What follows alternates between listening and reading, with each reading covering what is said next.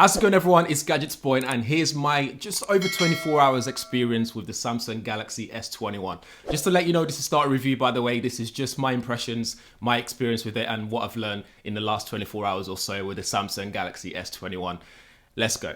In terms of the design, I love how compact the S21 is, and the colors looks fantastic as well in terms of this particular ultraviolet, phantom violet version that we've got here, not ultraviolet. I love the flat screen as well. I love that it's flat. I'm not a big fan of curved edges, as I find them just useless. It doesn't really offer me any extra functionalities, so I like that it's a flat display. One thing I would have loved though is to have a flat sort of rim around the edges, just like the iPhone 12 does, just so that I can sort of balance it like this. I'm used to doing that with my iPhone 12, so it would have been amazing if they did that, but I know that that's not a Samsung thing to do, so that's absolutely fine. It's just me nitpicking there in that sense. I love the haze finishing, but unfortunately that haze finishing is meant to be to prevent a lot of fingerprint magnets situation on this phone, but the more I use it, the more it just attracts that fingerprint, and for me, I don't see the advantage of that. But I still like that matte sort of finishing to it though. It feels nice. And this glass tip back as well doesn't feel as cheap as I thought it would actually. The whole time it just feels natural, it feels normal in terms of the premium experience. In fact, if I didn't tell you that it's glass tip back or plastic back, you wouldn't even know. You'd think it's a Gorilla Glass Victor's on there, just like the S21 Ultra. He hasn't scratched yet in terms of all the micro scratches that you'd expect to be getting right now. It just seems very normal to me at the moment. Like there's no issues there at all, which I quite like. So far, so good. But time will tell for the final review if we're going to end up having something with loads of scratches and micro scratches. In terms of that screen protector that's installed on there already, it looks really good in terms of scratches again. There's no like micro scratches all over it. It's not bubbling up just yet, so I'm hoping that that will stay very firm on there for a long period of time before I need to replace it with something else. But overall, in terms of design, it looks fantastic. It feels premium. I expected nothing less from Samsung here. There's no downgrade in that area at all, and it feels very comfortable in hand. The compact design, the curved, slight curvature on the back area feels really nice to hold in hands for it, but I like the flat display on there as well. When it comes to the display quality as well, it looks fantastic. It's very bright, although this is Full HD Plus,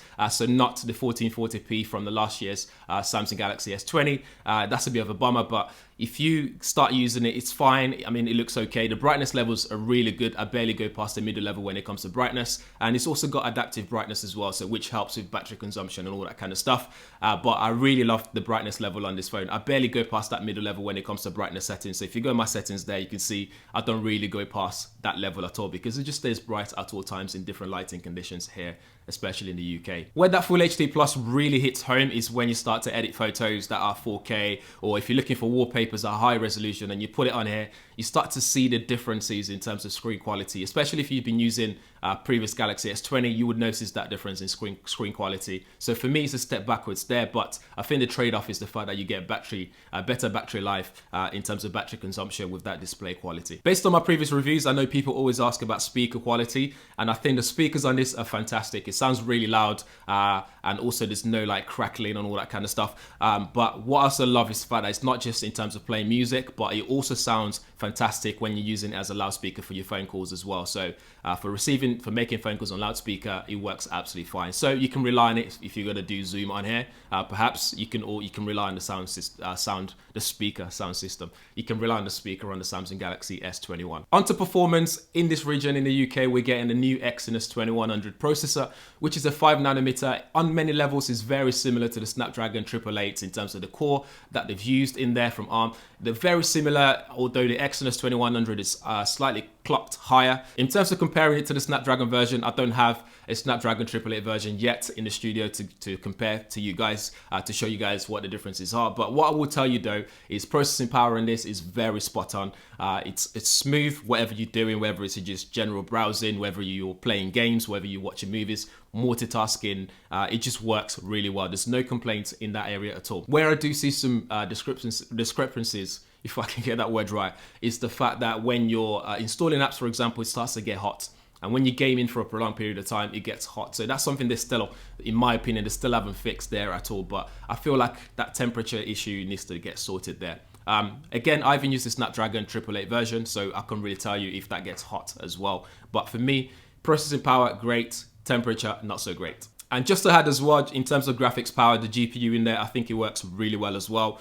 Gaming, there's no latency, no lag, nothing at all. It just works the way it should work. This brings me on to the next point, which is the probably most surprising part for me, or something to get excited about if you're getting the Exynos version. It's battery life. And battery life on this has been exceptional in the sense that compared to last year's Samsung Galaxy S20, this lasts me a whole day and then some. So for example, I'm on 41% now. I haven't charged it since, I actually placed it on charge last night for like an hour or so.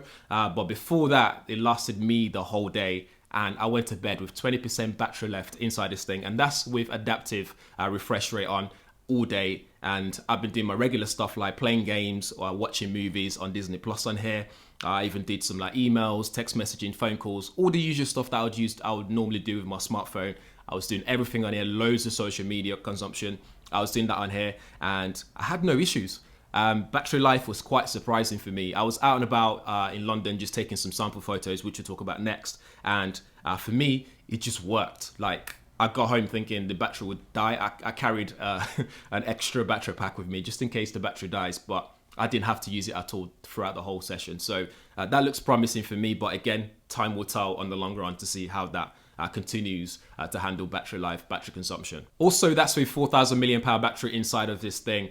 So I'm actually intrigued to see what the S21 Ultra would perform like with a 5,000 milliamp hour battery and this sort of performance. Okay, on to the next bit, which is the camera quality, and there's a lot of surprises here as well. I'm not going to be going through the camera specs in this. If you want to check that out, do check out my unboxing video for that. But in terms of camera quality, one area that I definitely expect is some improvement is when it comes to photography and videos. Yes, you have all the extra features like director's view, single take, but if the lenses don't perform well and processing and all that kind of stuff, then what's the point, right? But anyway, the cameras performed really well, but only when you have good lighting. That's what I've noticed with this thing. So some shots I took around the apocalyptic Regent Street, London looks fantastic. As you can see there, it just captures it really well. The dynamic range looks really good. It preserves the sky very well. Even though it was a gloomy day, you can still see that it preserves it really well there. On all lenses. So that's on the standard lens, and this is ultra wide. Again, you can see there that it looks really fantastic, especially when you zoom in. You can see all the letters in that actual letter there. It looks really good, which I was quite proud of actually. And sorry, this is the ultra wide I'm showing on the screen now. So this is ultra wide, and you can see the quality still looks fantastic on there. And then this is the standard here. And then if I go out and go into the zoom, you can see the zoom as well, just captures the details very well. The colors remains natural. Dynamic range looks really good on there. So like I said though, that it's only fantastic for me so far when the lighting is great. When the lighting is not good, there's issues with it. Another area to look at is HDR in terms of auto HDR. I noticed that with auto HDR, the light, it just looks it blows out the saturation too much. So this is more obvious when you're shooting a subject in terms of skin tones. So for example here, you can see I've got auto HDR on my partner here. So if I go zoom in on the skin here, you can see that this now looks orange. She's not orange toned, but it's overblown that saturation that it starts to look too orangey for me, that it's not something that I would switch on. Me personally, I wouldn't switch on auto HDR at all. I would select that for when I actually really need it, because this is over punching it for me. That's not something I want to see. Shooting portrait mode though, it looks fantastic again. Even though this doesn't have a time of flight lens or anything like that, it still manages to discern the depth to a certain extent, and it looks great. So if we look at this photo here that I've taken again of my partner, you can see the differentiation between the hair strands, the braids, and the background, the blur level. Of course, you can adjust the blur level, because I know some people like it's too harsh, but I wanted to go harsh on this so you can see the level of detail that you can get using portrait mode. There's also portrait mode in video, by the way, for you guys who wants to know. Where it really lacks though is when the shadows, if you can see there, it doesn't really blur out underneath the hair, around here. And that's because the shadows from the hair, it's blocking the lights that's coming in, so the camera can't really discern what's going on there. And this still use telephoto and the main lens to actually make this happen, and there's some software tweaks in there that happens in the background for processing, and that happens there. But the skin tone looks great in portrait mode, so you're getting that studio quality in here. So again, Samsung calls it DSLR-like photography when it comes to studio portrait mode, that kind of stuff. And I think it still looks very artificial, but for a phone, for something that you're going to be shooting out and about and shooting portrait mode on your smartphone, I think this looks fantastic. If you're going to end up sharing this on social media as well, it looks really good. I know some people will be nitpicky and all that stuff, but what do you do at the end of it? You share it on social media. That's what you do with these photos. You don't really print it. So for me, this looks more than good enough. I wish I could say the same though for the front facing camera, but the front facing camera here does not do it for me at all. The detail, if you look in this camera in this shot that I took of myself, this is good lighting scenario as well. So as you can see there, the shot's okay. If I'm gonna be sharing this on social media, it's absolutely fine. Don't get me wrong. But if you start to look into detail, it's missing all the tiny little details on my skin, for example, and it looks slightly airbrushed out as well. It's just too much for me. It's something that I would see on like a Xiaomi phone, for example, or any cheap Android device. This is something that you would see in terms of front-facing camera quality. So I hope that this is something that Samsung can work on and improve the front-facing camera as well. Because actually, in this generation of TikTokers and all that kind of stuff, front-facing camera is just as important as having a good main camera as well. In terms of video quality, there's a mixed experience here. So this smartphone, the S21 series, can shoot 8K videos, and they can shoot 8K videos at 24 frames per second. And they look fantastic when you're shooting 8K videos, but where it lacks when shooting 8K videos, if I can say it one more time, is that you lack stability. So the stability, video stability, you shake your hands when you're shooting 8K, you have issues there as well. But if you don't want to deal with that, then you need to start shooting 4K, 60, 30, or even full HD videos. And also what to bear in mind is when you're shooting 8K, it means you have you consuming more space on your smartphone, so you're gonna have to bear that in mind. Now, you can't expand this using micro SD card, so you're better off just shooting 4K or full HD videos. Also, one more thing is, if you're shooting 8K videos anyway, I would assume you're a legit content creator, a filmmaker or something, so you'd definitely get yourself a gimbal.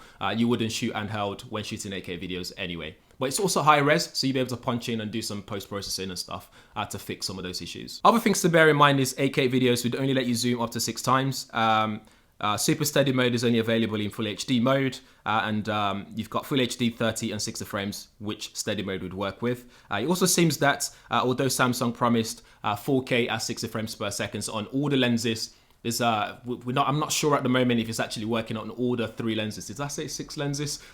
3 lenses on this on the S21. Obviously more on the S21 Ultra, but they said you can shoot 4K at 60. But what I found so far is as soon as you stick it to 4K 60, the 3 times icon disappears. Although you can still manually zoom at 3 times, but it just sort of suggests that it's not using that optical zoom at that point, and it's now starting to use digital zoom. But you want to use optical at all times on 4K 60 if I'm going to be shooting in different focal length, if that makes sense. Obviously, audio capture is also important when shooting videos, and audio capture in this sounded great.